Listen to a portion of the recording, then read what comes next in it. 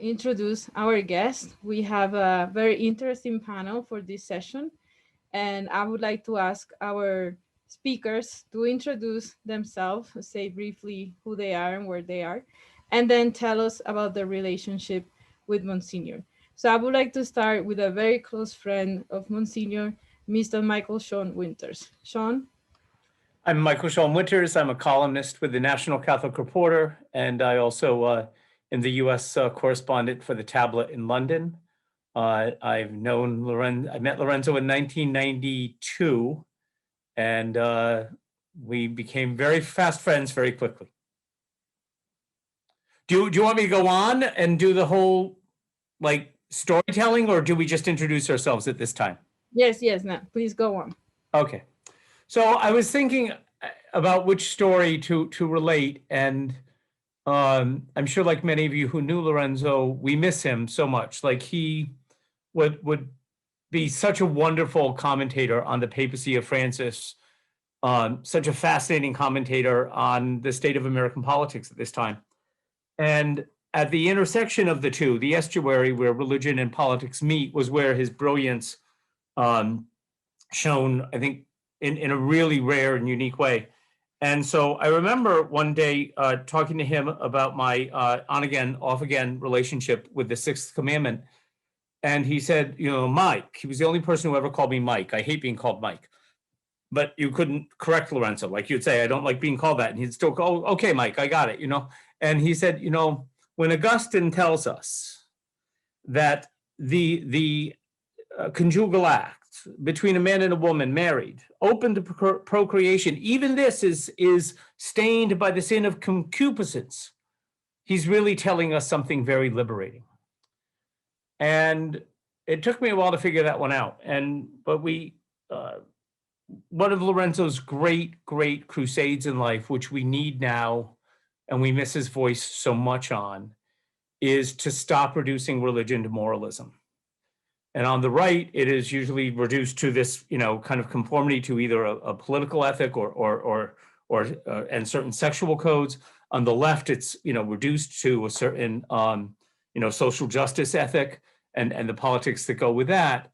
And the problem with it, obviously, is we can save ourselves from some of the social justice issues.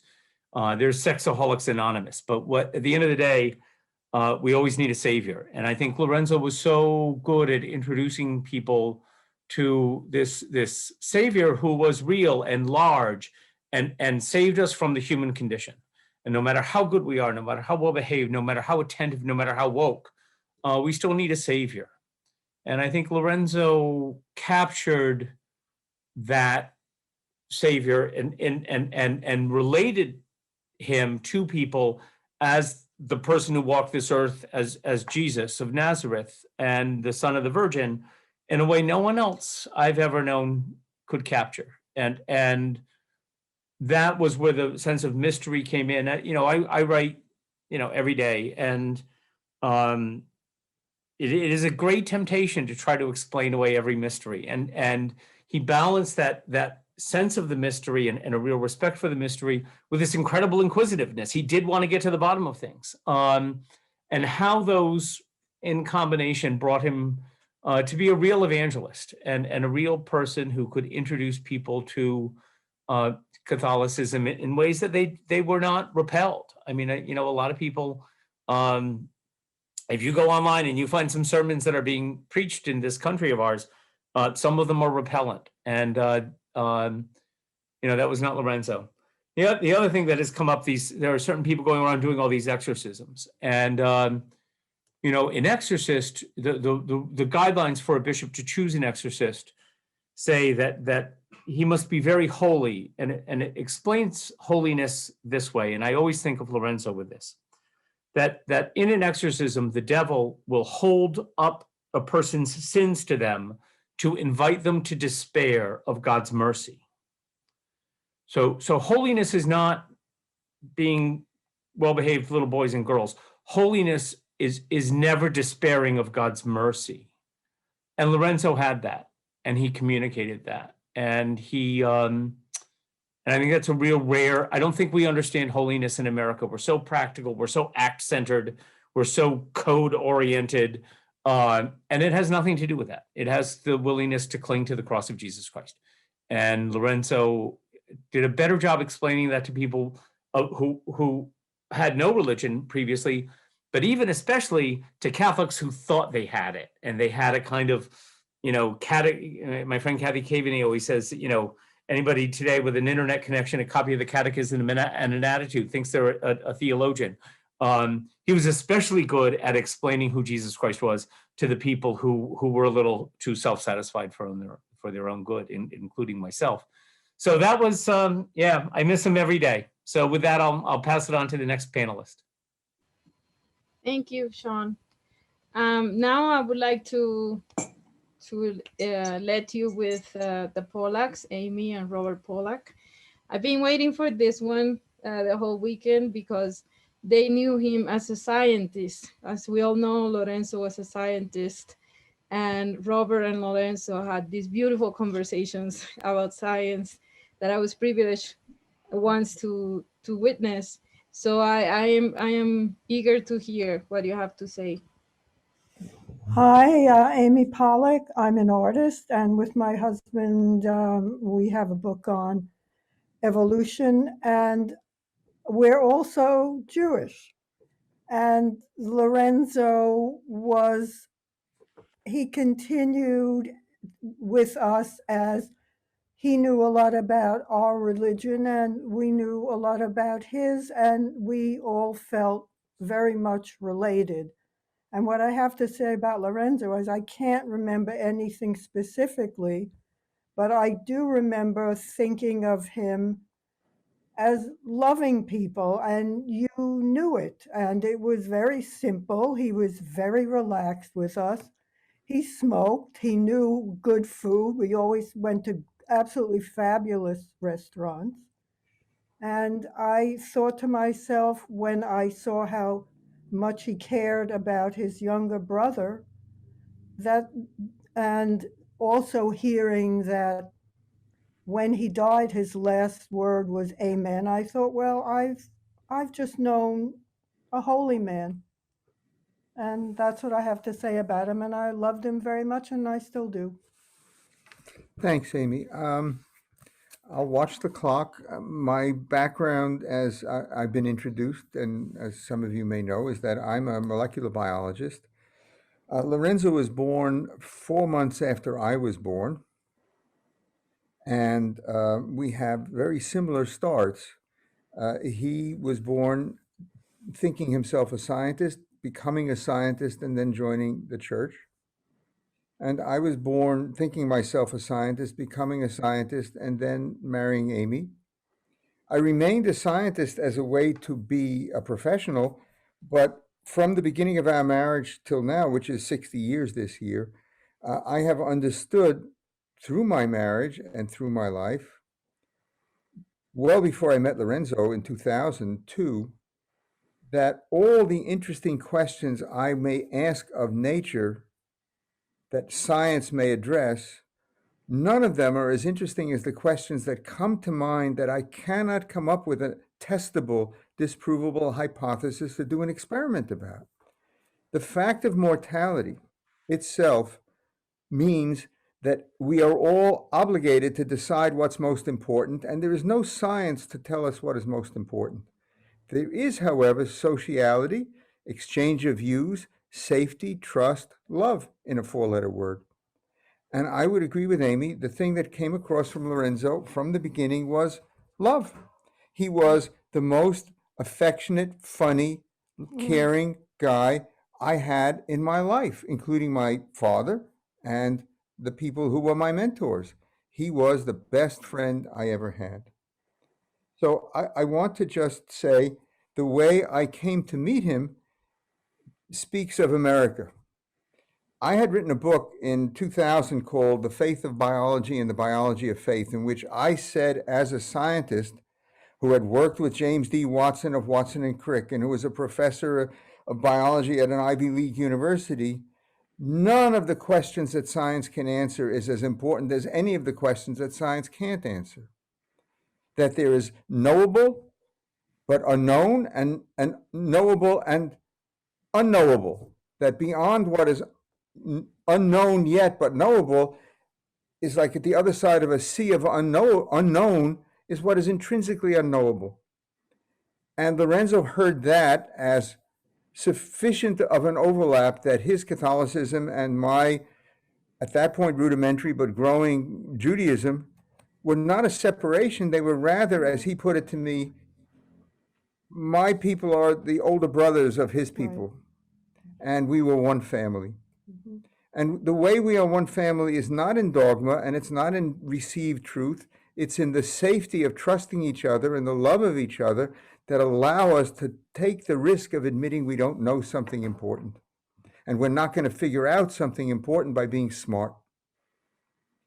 Lorenzo, in other words, was, for all of his funniness and for all of his, I would say, bluster at some points, the most modest person I have met to have been a scientist successfully, and then to have been a colleague of Pope's as well.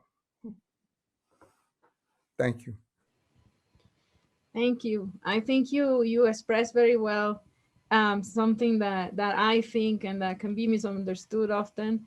I have heard comments of people that understand that he left science to become a priest, and instead, like, he was always a scientist. Like, he became a priest precisely because he wanted to go to the bottom of everything, not only science, but he wanted to know everything. Camille, can I respond to that 30 seconds more, please? Yes, sure. If those of you who are watching who don't know of Lorenzo's book, God at the Ritz, please see if you can find it on Amazon, get it out of a library. It's an extraordinary set of some 30 short essays on what he calls an attraction to infinity. It came out in 2003, and I was stunned when somebody came to me and gave me a copy of the book and said, look at chapter 10. Chapter 10 was about my book, The Faith of Biology and the Biology of Faith. And here is a scientist who admits that what's not knowable is as important or more important than what science can know. And then I looked him up and he looked me up, and that's how we became friends. The real backstory here is we don't have any people in common. Now we do. I mean, my goodness, Olivetta is wonderful. But when this happened, Lorenzo found me, and then I found him, and we came from worlds that did not overlap. I only hope that communion and liberation can be a place where these worlds can continue to overlap, because it's so important. Thank you so much for that. Now we will go to our next guest, that is Rebecca CHERICO. Rebecca? Sorry, just muted. Hi, so I'm Rebecca CHERICO, and I think I first knew Lorenzo very vaguely because he and my father taught at the John Paul II Institute together. But that was a sort of vague peripheral awareness of him. And then it was only later when he started his involvement with the movement with communion and liberation that I started to get to know him. And in some ways, I mean, this may seem strange for those of you who are very close to him from the beginning, like he could be kind of intimidating. And one of the things about him that really strikes me tremendously is his ability to surprise. I was thinking about that when watching the video about him, because I don't think I've ever met anyone who was more capable of surprising you in any moment. I don't think I ever knew anyone who was as funny and as faithful at the same time, right? And so in a given circumstance, you kind of never knew which aspect of his personality was going to come forth. He actually said my wedding, and I wasn't sure. I thought, you know, in this sermon, is he going to be like the serious Albacete and talking about the theology of what's happening, or is he going to be the funny Albacete? And actually he was both, because he told this story about another priest, not himself, who started a wedding and at the beginning accidentally started saying the wrong words, and someone said, oh, actually that's the wrong sacrament. That's a funeral you're saying, not a wedding. And he's like, same difference. And that was how he began my wedding, the wedding sermon, by talking about the similarity of the sacrifice of marriage and death. But you know, it was actually really beautiful and really true. And it was a great it was a great way to begin in a strange sort of way. And I was thinking about what Amy and Robert were talking about with Lorenzo's tremendous capacity for love. And I was thinking that one of the most striking places that emerged was in his mercy. One of the things that Camille said during the video that really struck me, you said more than once, Camille, how Albacete was always himself, right? He was never like anyone else. And I was thinking there's some people who are themselves in a really kind of obnoxious way, right? Like they have no self-awareness. And so they're just always themselves because they can't help but be themselves, and they don't care about what anyone else is thinking. And Lorenzo was funny because he was very much himself, right? He was a real character. And at the same time, he had this self-awareness. He wasn't unaware of the effects that he had on people or the presence that he had. And so he was even able to wear himself lightly, right?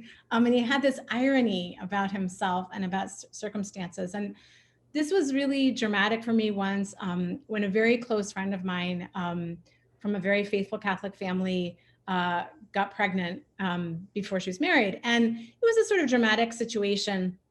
And I thought she should go talk to Lorenzo. Like, that's the person I want her to go see. And, you know, here she was feeling kind of awkward and uncomfortable, and she didn't really know him. And they sat down to lunch and they were eating, and she explained to him the situation. And he said, you know, with his enormous belly, he was like, yes, I've often wondered myself if I wasn't pregnant. And it just totally changed like the whole tenor of the conversation. And she was just suddenly relaxed. And this whole dramatic dynamic was sort of, you know, dissolved. And that was this sort of amazing mercy that he had in looking at you. It wasn't that nothing mattered, right? It wasn't just that nothing was important, but that the love was greater than anything else. So yeah, those are the things that really stood out to me most thinking about him. Thank you, Rebecca. About what you say is so true. He was not imposing, even though he was not unaware of how much people loved him. When I left New York to go to Washington to start a PhD. I always wanted to be a professor, but I didn't know how to tell him. And so when I told him, he already knew. And I told him, like, I know I'm a traitor, I know. And he was like, well, hell yes, you are. But then he said, I wish I could convince myself that it's okay to tell you something that will make you feel so bad for leaving me that you would remain. But I can't do that. I understand that you have to go live your life. And so yes, he felt it, like he wanted to grab people somehow, and he knew he could, but he loved you so much that he would let go of this immediately. Like he wouldn't put a weight on you like that. And now for our last guest of today, Vittorio Cipolo. Hi, everybody. Thank you so much for inviting me. It's really an honor. I'm very, very happy that I can spend a few minutes talking about my experience in knowing Monsignor Albacete. I'm originally from Italy, but now I live in Canada. Before coming to Canada 15 years ago, I spent 2 years in Texas for my Master of Science at Texas A&M University. It was between 2002 and 2004, and that's when I met Monsignor Albacete.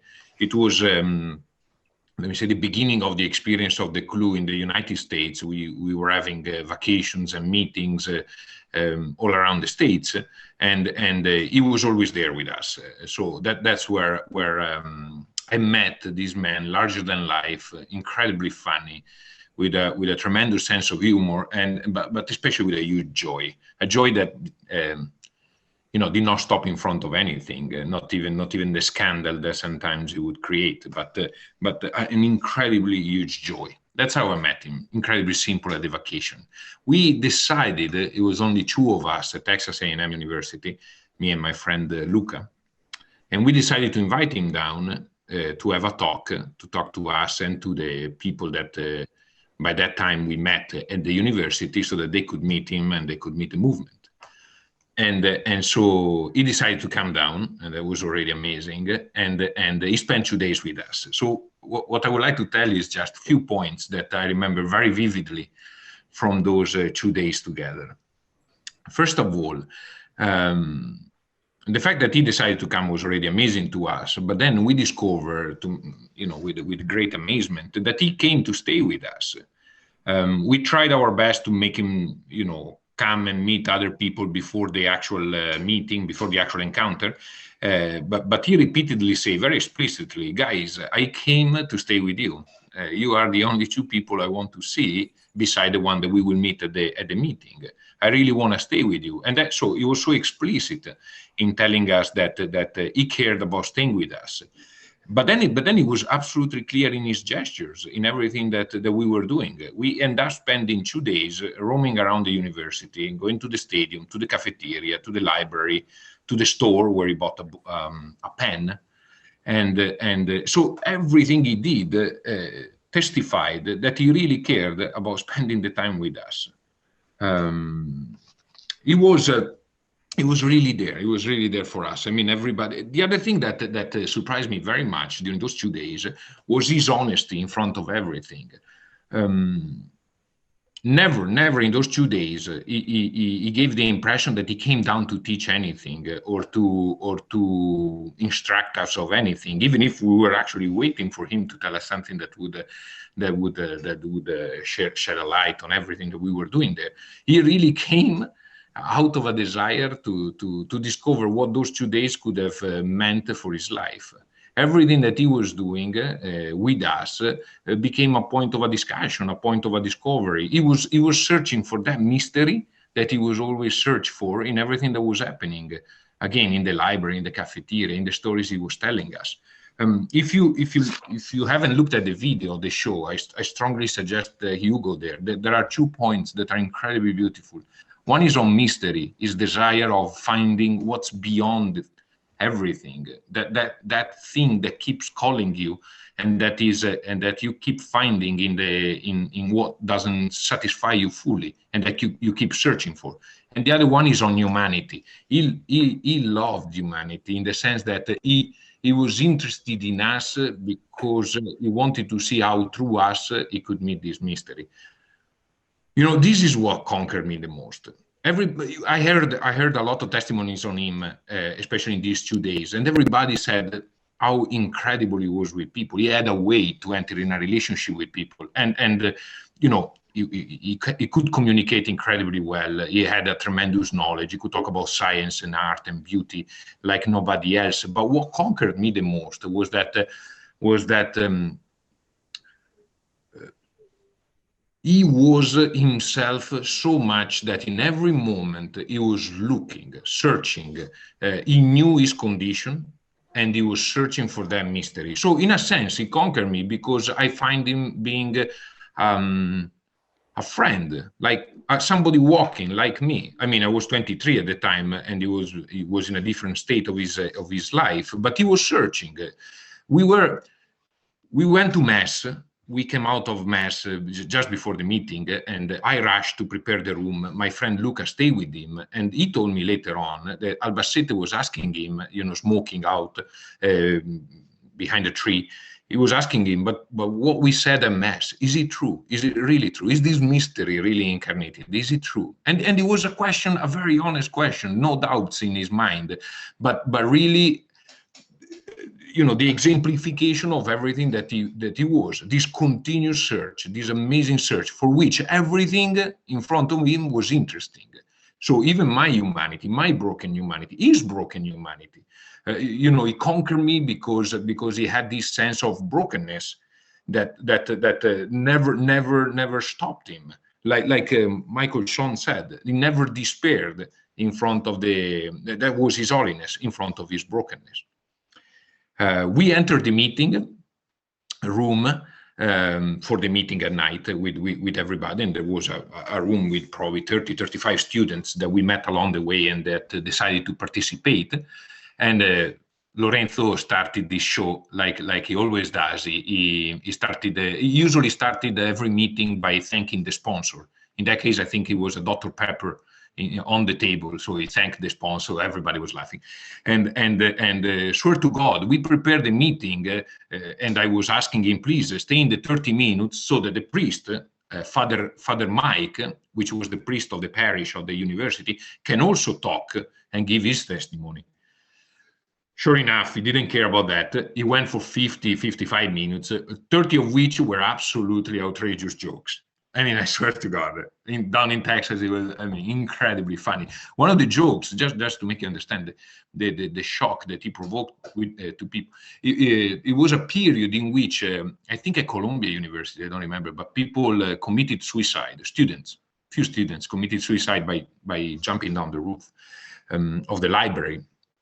And I remember he said something to the extent of, now when I go out of my university, I need to look up to make sure that nothing falls on me, because you never know in these days.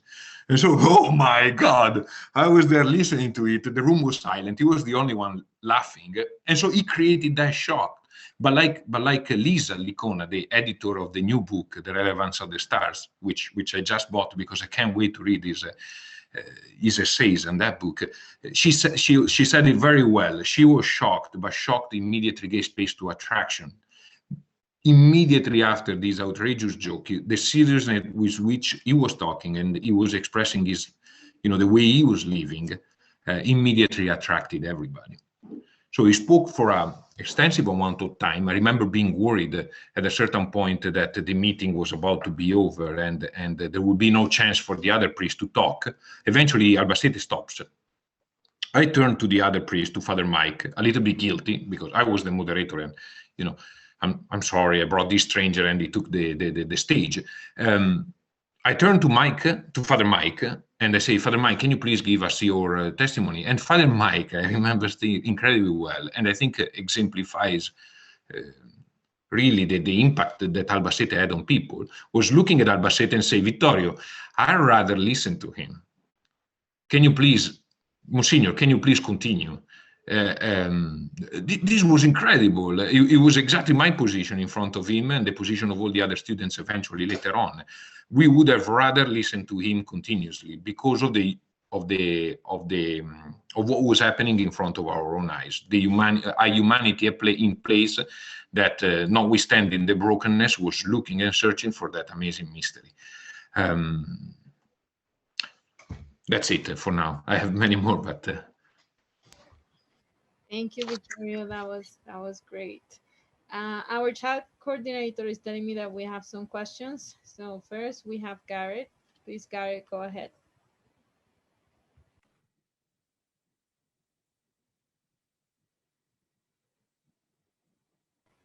He needs, yeah.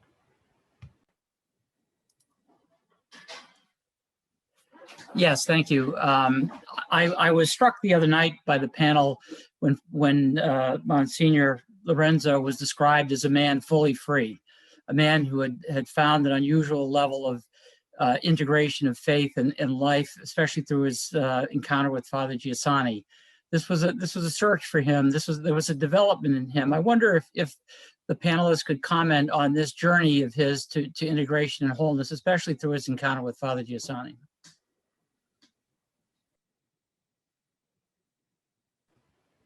Robert wants to answer to that. Yes, go ahead. To give an answer from the side, because I did not know Father Giussani, but my friend Anthony Lekic, a physician at the Terence Cardinal Cook Hospital for people who will not get better, and I were with Lorenzo at the end of his life. And we saw in him, as he spent those last months, weeks, and days, concern for his brother, concern for the movement, concern for us, a coming together around his life's end without it being about him. I don't know a larger, more profound example of his gift of love than his availability to Anthony and me when he was dying. That's my answer. Any of the other guests wants to comment about that? In the video, there is a point in which there's a letter by Monsignor Albacete to Father Giussani, and he tells Father Giussani that in living with the people of the movement and in meeting him, all his theological syntheses became together, and it was through the experience of a new life, not just a thought. That to me was incredibly beautiful, because and Cardinal Scola in the same video says it very, very well. Lorenzo had an incredible intelligence, a man of science, a huge culture, and he changed. He found something, an experience of life that was the synthesis of all of his theological thinking, and this synthesis came through the experience of a life, not anymore a thought. I think that he expressed it so well in that point, and then from there it became his life, a new method starting from experience. I don't know if he answers your question, but I found it incredibly beautiful. And if you look at the video, there are 2 letters, I think, in the video that talks about this incredibly well. Thank you, Vittorio. I would like to make a comment about that, and sharing life with him on a pretty much daily basis. What I would like to flip this question. What I saw was a man that didn't see any division. Like, for him, the incarnation meant that everything was one thing, and that this history that God has started with man had to touch everything, material and not material. And I think I saw him live like always looking for that confirmation that in fact reality was united, that we were all called to be united because we were all God's children. And so I don't think he made an effort to integrate. I think he just did not recognize a division in reality. And I think what Giussani brought to him was like a big confirmation and an experience more than anything, that this was in fact true. We have another question. If I understand correctly, Patson has a question but is not able to unmute, so I have to read the question. So his question is to Michael Sean, and the question is, how unique was Lorenzo's ability to relate to people of opposing political views? A unique, rare gift nowadays. Well, there's been a lot of polarization since the 90s when I first met him. Back then, you could still get people together. But that disarming quality that all of us have described in different ways. I mean, I'm sure you've seen, there's great videos of him doing conversations with Christopher Hitchens when Hitch was at his most like anti-religious crusade, full throttled. And the first time they met was at my dinner table. I used to have these big long dinners and and Hitch would come in and first of all, Hitch wanted to be the center of attention at all times. And normally would have been, of course. But with Lorenzo, you could see like within seconds, Hitch it was completely back on his heels and falling in love. That this was not what he was expecting to meet a priest. And we had told him, he's funny, he's different from any priest you've ever met, really, you're gonna, and he walked in with a good bottle of wine and profound skepticism. And Lorenzo disarmed him in a matter of seconds. And they, I think they had a dog and pony show for a while where they would go on. And again, I think it was the humanity, but it was also his willingness to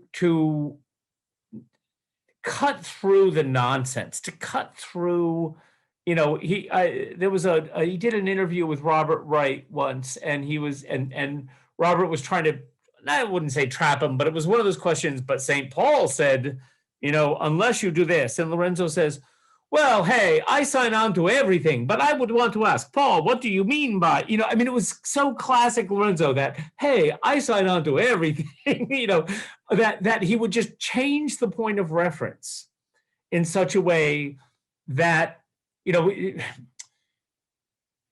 expectations are always like chains we put on other people, right? You know, and he blew whatever expectations you had out of the water the first time he opened his mouth. And so that was that freedom that we were just talking about. I remember when Cardinal George came back from the conclave in 2013 that elected Pope Francis, and they asked him, you know, how would you describe the Pope? And he said, you know, he's incredibly free. And I remember thinking, oh my God, that's like Lorenzo, that quality that he has, that interior freedom that shines through, that makes you want to just love him. Lorenzo had that, and that's the connection there. On the political side, he could get along with everybody, but he would taunt both sides. I mean, that was the other thing. He would, you know, needle and make them say, you know, but this is not the kingdom, right? Politicians, they all want to, you know, enact the kingdom. And it's like, no. So it was great, but you know, he didn't have a how-to list. It was just, you know, showing up and being authentic and being real.